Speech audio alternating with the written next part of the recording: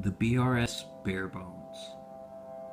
Now, when I got this knife, I really didn't think I would like it all that much. It's extremely thin, and it has a ridiculous weight to it. At least it feels like that when you first start using it.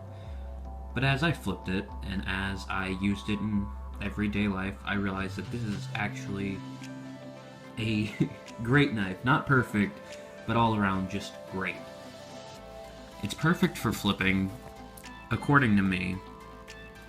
Not because it's perfectly thin or perfectly weighted, but because it has a neutral balance.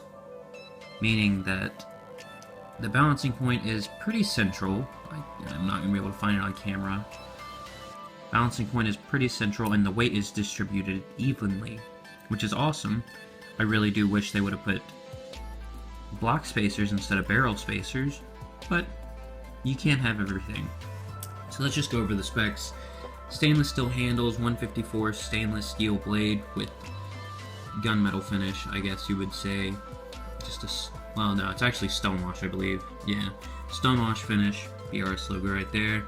Zen pin construction, normal BRS pivot construction. Nipple is very sharp, as a lot of people say, but I have yet to get cut or pinched too badly by it. There we go, focused a bit. The knife I did get was rather beat up. One of the Zen pins broke, but every BRS knife I've ever owned has done that to me, because the screws just seem to be made of plastic for some reason. This knife came without an edge. We tried to put an edge on it, but it kept rolling over. It will cut, but barely any. Put a tip back on it, that chipped away. But yeah, otherwise I do like this knife. The flat handles actually make choker fanning and chaplaining easy for some reason. Everybody said fanning and chaplaining would be hard with this knife because of the sharp, flat edges. But for me, that hasn't been the case. I really do like this knife. It definitely is a budget ballet. If you're looking for something that's not $250 plus, go with this.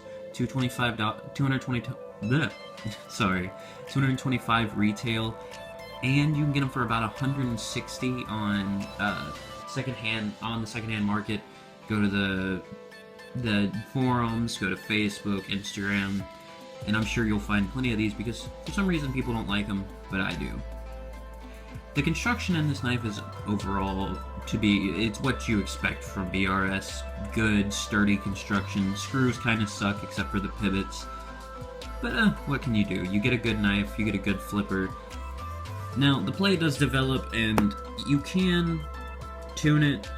I've tuned it as best as I can, and it does come a little loose, but it never does completely. Jesus, I just can't speak, guys. The pivot screws never completely back out, which is good. They just seem to stop at a certain point.